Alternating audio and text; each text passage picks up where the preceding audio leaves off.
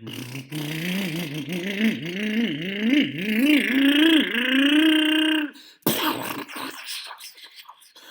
hat! All right, here we go. So for this, the easiest thing is going to be to just remove the shock tower. Now the body mounts I'm going to leave, but it would just be those two screws, and then that's how you adjust. But I'm going to remove the shock tower first. And it's just 4 screws. Now, I was thinking of replacing all of these screws, to be honest, but right now they're gripping fine. But I may not replace many of these, and the reason why is because it's a different thread. So the threads are different on these than the screws I generally use. And for that reason, I think it'll be best for me to keep the stock screws on most everything. Not everything, but I will show you. So these are some of the original, and these were holding the shocks, and you can see the fine threads. Whereas these are on the shock tower, and these are the self-threading threads. They're coarser. And I don't want to stick a fine thread screw where a coarse thread has already gone, because I don't want to reshape the threads, especially on plastic. I don't want to weaken it. This is the shock tower. So it's very easy if you forget which is the front side, which is the back side. Right, if you look at it, because it has shock mounts on both. The back side is flat, and then the front side has the countersunk area. So that's how this works. Now, I'm going to lay it upside down like this, so then when I pick it up, I know this is the front side. So I'll do that. Now, like I said, I'm not going to be installing the front bumper, but the front bumper, you would have to replace these plates over here. So for these, it's pretty simple. You just have these long hinge screws, they're pin screws, and they don't have that much thread, to be honest. It's perhaps less than a centimeter, less than a centimeter. And you can pull out, or you can keep spinning it left as you kind of hold it and pull out at the same time. I'm just trying to pull it out enough to where I can just grab my pliers here and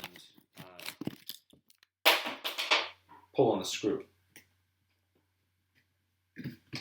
There we go. So there's one pin. Now this one here, I'm probably going to grab a little bit of sandpaper, just run sandpaper through it. But that is all. So there's another one over here, and you're going to be doing the same exact thing. You will just unthread, and to be honest, you can grab the head. Just don't grab the threads, and then just pull on it. Oh, the bottom one is pretty nice. The bottom one's also shorter, so keep that in mind. But now my arms are loose, and at this point, the only thing holding it is this link right here, which eventually will need replacing, but I have to pick up those. This one's slightly bent, but I'll do that at some other point. So here we go.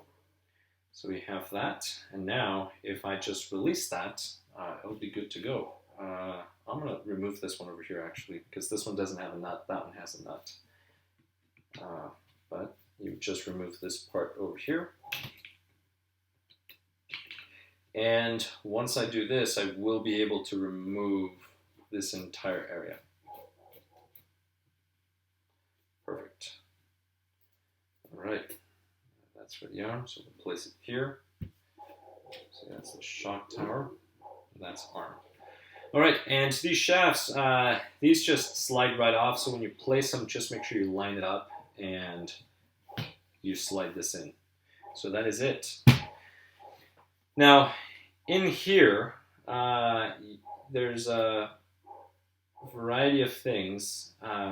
You can remove this by just pulling. If not, if this won't come out, just grab a little screwdriver and then pry it out. Then you have your little pin. Remove the pin. This still had a little bit of grease. The bearings feel fine. And then this will just slide out. That is it. Now this is where you would do your cleaning, which I will actually do afterwards. I'm going to take this apart, rebuild it, and then take it apart again. Why? Well, that's so I can save some video time. That's really the only reason. So right now I'm just going to do just a quick little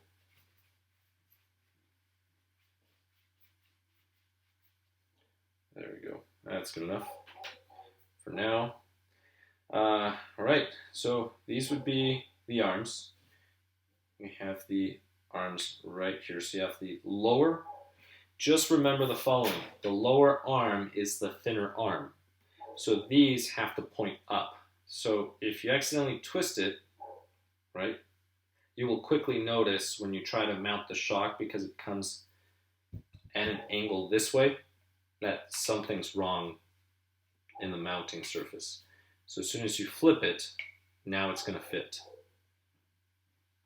So it's not a big deal. Now the top arm, I don't think it matters, but one of the things that you can notice is you have these little circles from the molds. Just face those down. You'll be fine. But the top arm does appear as if it can go either way. All right, and that's it. So this is one side of the arms. Now all you would have to do is remove that screw and that nut. So just hold that nut with something. You could use your pliers, or if you have the actual wrench, it's always better to use a wrench. And then you're just going to grab this and then just go left. I'm going to save myself the trouble of doing that for now. And for these over here, so what you would do is inside there is a little hex, and it's a 2.5 hex. So notice I'm turning the arm. So all that you would do is you would hold this and then you would twist, and then the arm will twist off. So these are actually screwed on. And I'm going to do one just to show you. So you do one, you can do all of them. All of them are the same. And this will just screw off. And that's it. That's all you do. Now, let's just say you bent this and you wanted to remove it. Well, then you get a larger Allen wrench, one that fits here, and then this will screw off, and this will back off. So you back this out all the way, and then you can replace this. This will come out. So this is held by this little portion here, which I didn't bring the Allen wrench. But anyway, that's all you would do. So just stick the larger Allen wrench here, and this will back out, and then this will just go through. But for now, I'm going to go ahead and leave it. I'm actually going to reinstall the arm.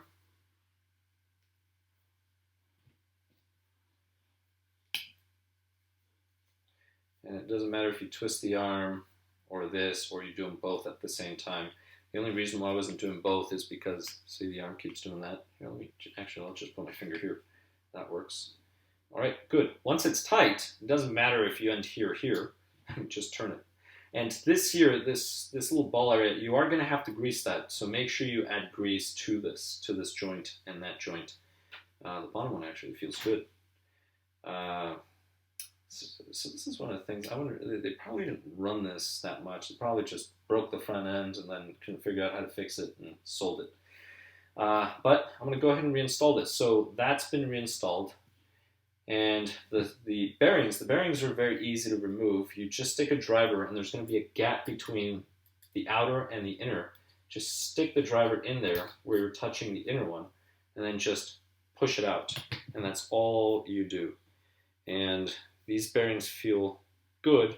Now, once the bearings are out, one of the things that you want to do is, one, wipe them clean, but then something else, just grab some oil, and it doesn't really matter, just some type of lubricant. Really thin shock oil actually works, so you could use motor oil, but there's other lubricants that you can buy, and you would just put a little drop on there. So for example,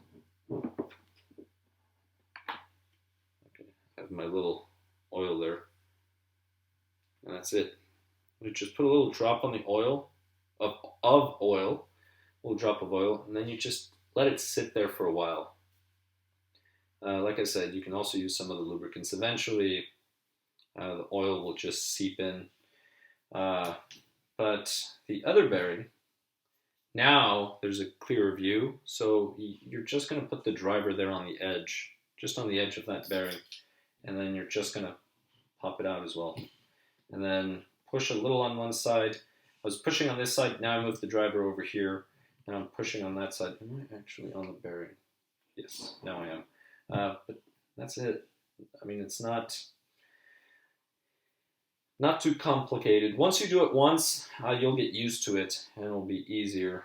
Grab some oil. I'm just dipping my finger and then dabbing it on the bearing. That is it. And then, like I said, off camera during my own time, I'm gonna do a more thorough version. But something like this, you can grab a little brush, like an old toothbrush. If you don't have a kit of cleaning brushes, then you can just brush everything. And this just presses on. And then this would just slide on. Just make sure it's clean. I already wiped it. And this would just slide on. And that is it. Now, there is a little edge here, so if it doesn't want to go all the way through and it kind of gets stuck, just wiggle it, turn it, and then it'll just slide on.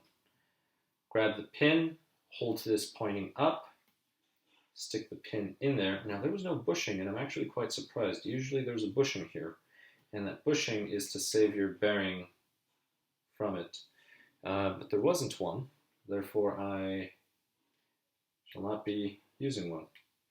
And then this here will just slide on and it'll snap on holding that pin in place. But that is it. That's it for the arm. So this here I will place this way. Just remember top to the top. And really, if you forget if it's the long or the short one, just look at the arms. Short arm, long arm. Well, here, the width. Right, wide arm, thin arm.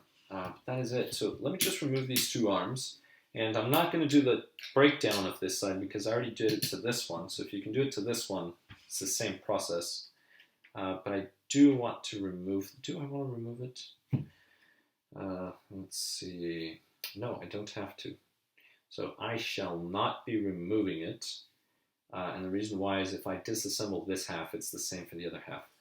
So now I'm going to move on to this plate, to the lower plate, and it's just these 4 screws that I'm going to remove here. And once you remove these 4 screws,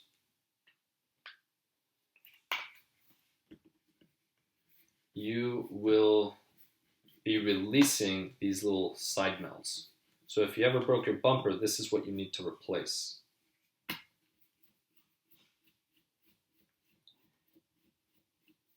And here we go.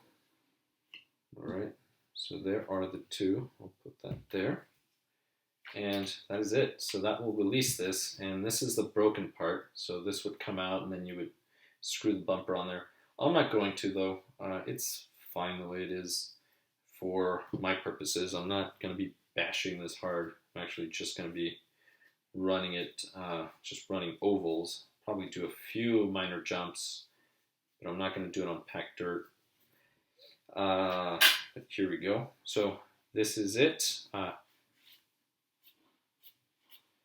All right, and these, if you're disassembling it like this came off here, so I'm just going to lay it down like this. And the reason why I took this side apart is so that I can access the differential.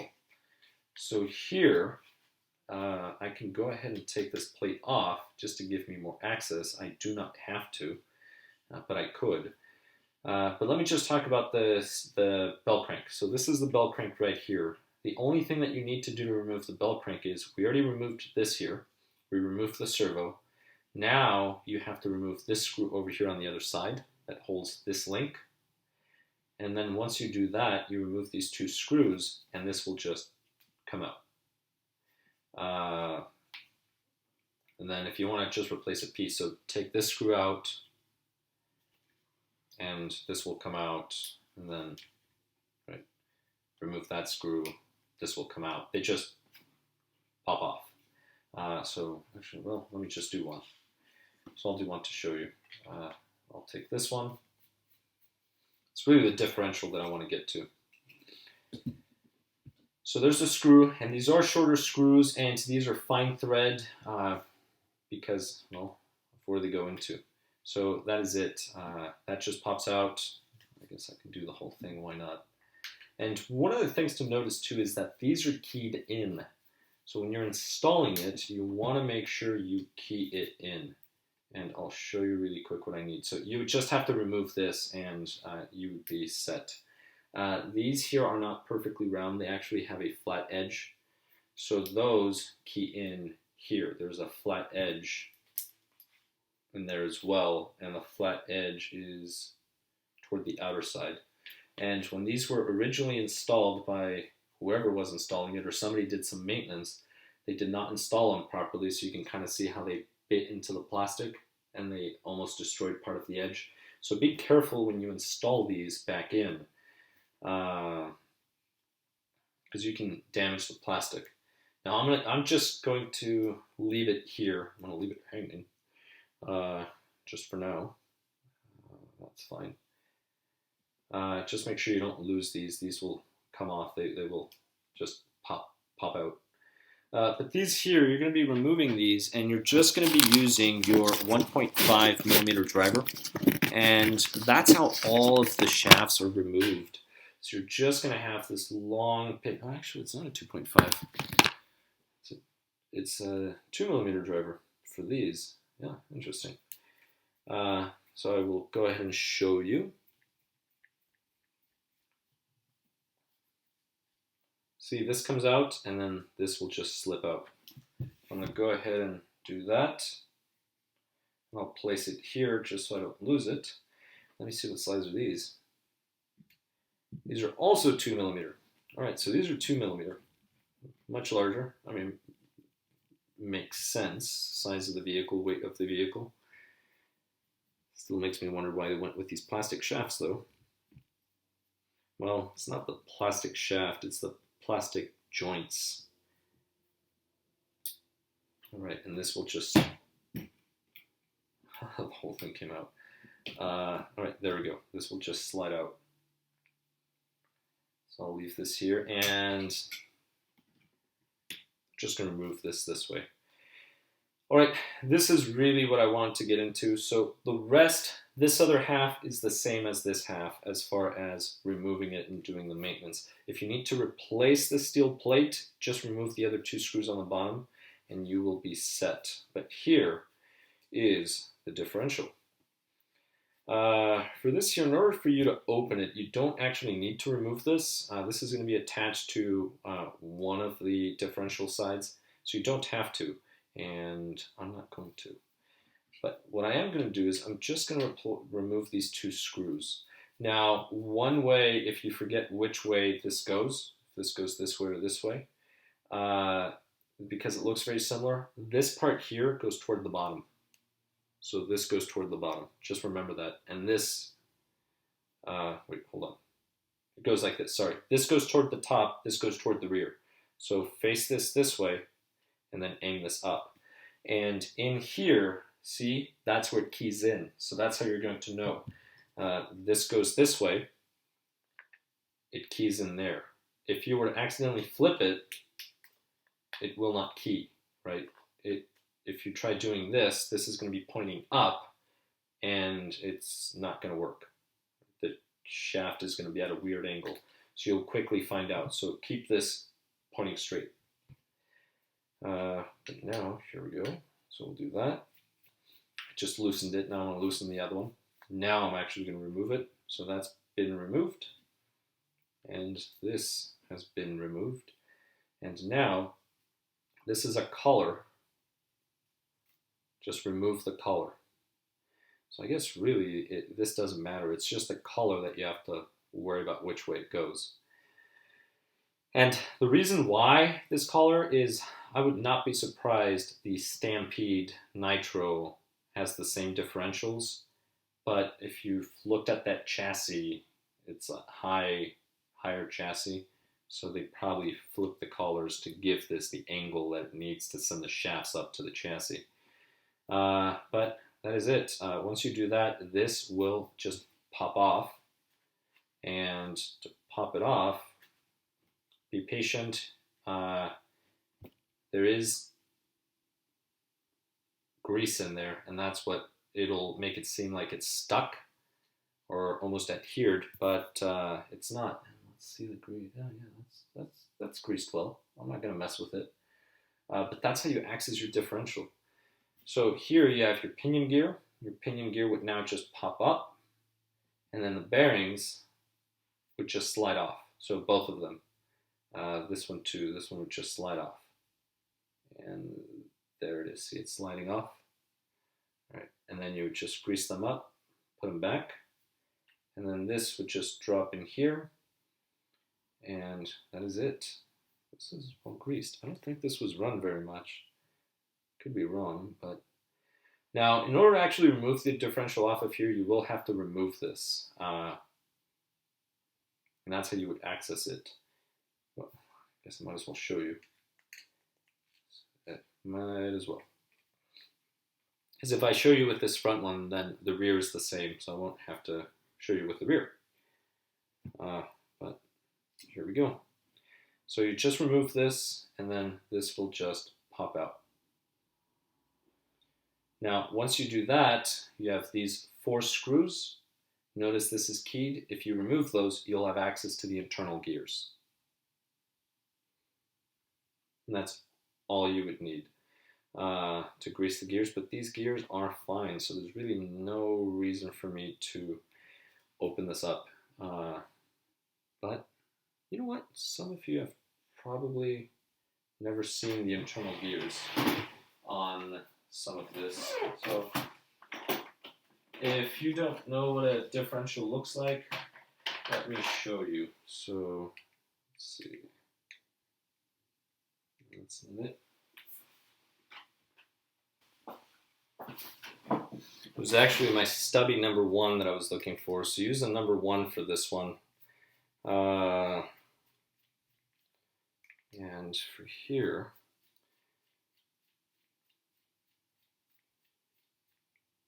I'm just going to loosen all 4 of them first.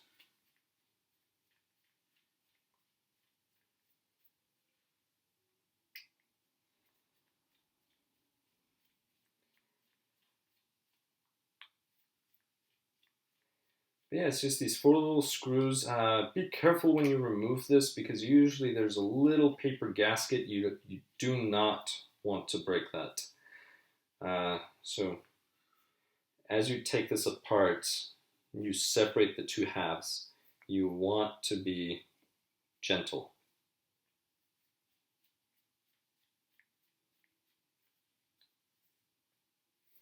Now, you could make another one out of paper. That is a possibility. It's a different type of paper though.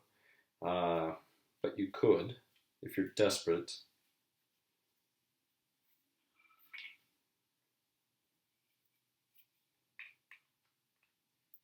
And 1 more screw.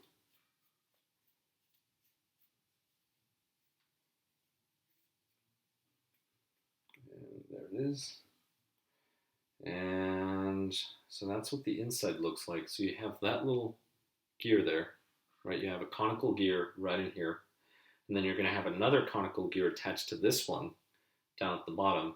And then you have those 2 conical gears off to the sides, and those 2 will attach to this. So what happens is, as this inside spins one direction, right, it'll spin this way. It'll spin these gears accordingly, which will allow this one to spin in the opposite direction, or to just not spin at all. Now this one here, I don't actually see a paper gasket, so I guess this one doesn't have one. Other vehicles do have them, so you don't have to worry about it. There's nothing there. Now I'm all covered in grease. But that's how the differential works. And then there's just a pin that holds these 2 together, and that's it. So you would just pop that out with a screwdriver. Just stick a screwdriver in there and you pop the pin out, and it'll bring the gears out. And then it's covered in grease, but these gears will actually just pop out, and then there's a little pin, and that's where they lock. So we can go ahead and reassemble this here. But we'll leave it here, and that reassembly will be the next one. Go ahead and wipe the grease off.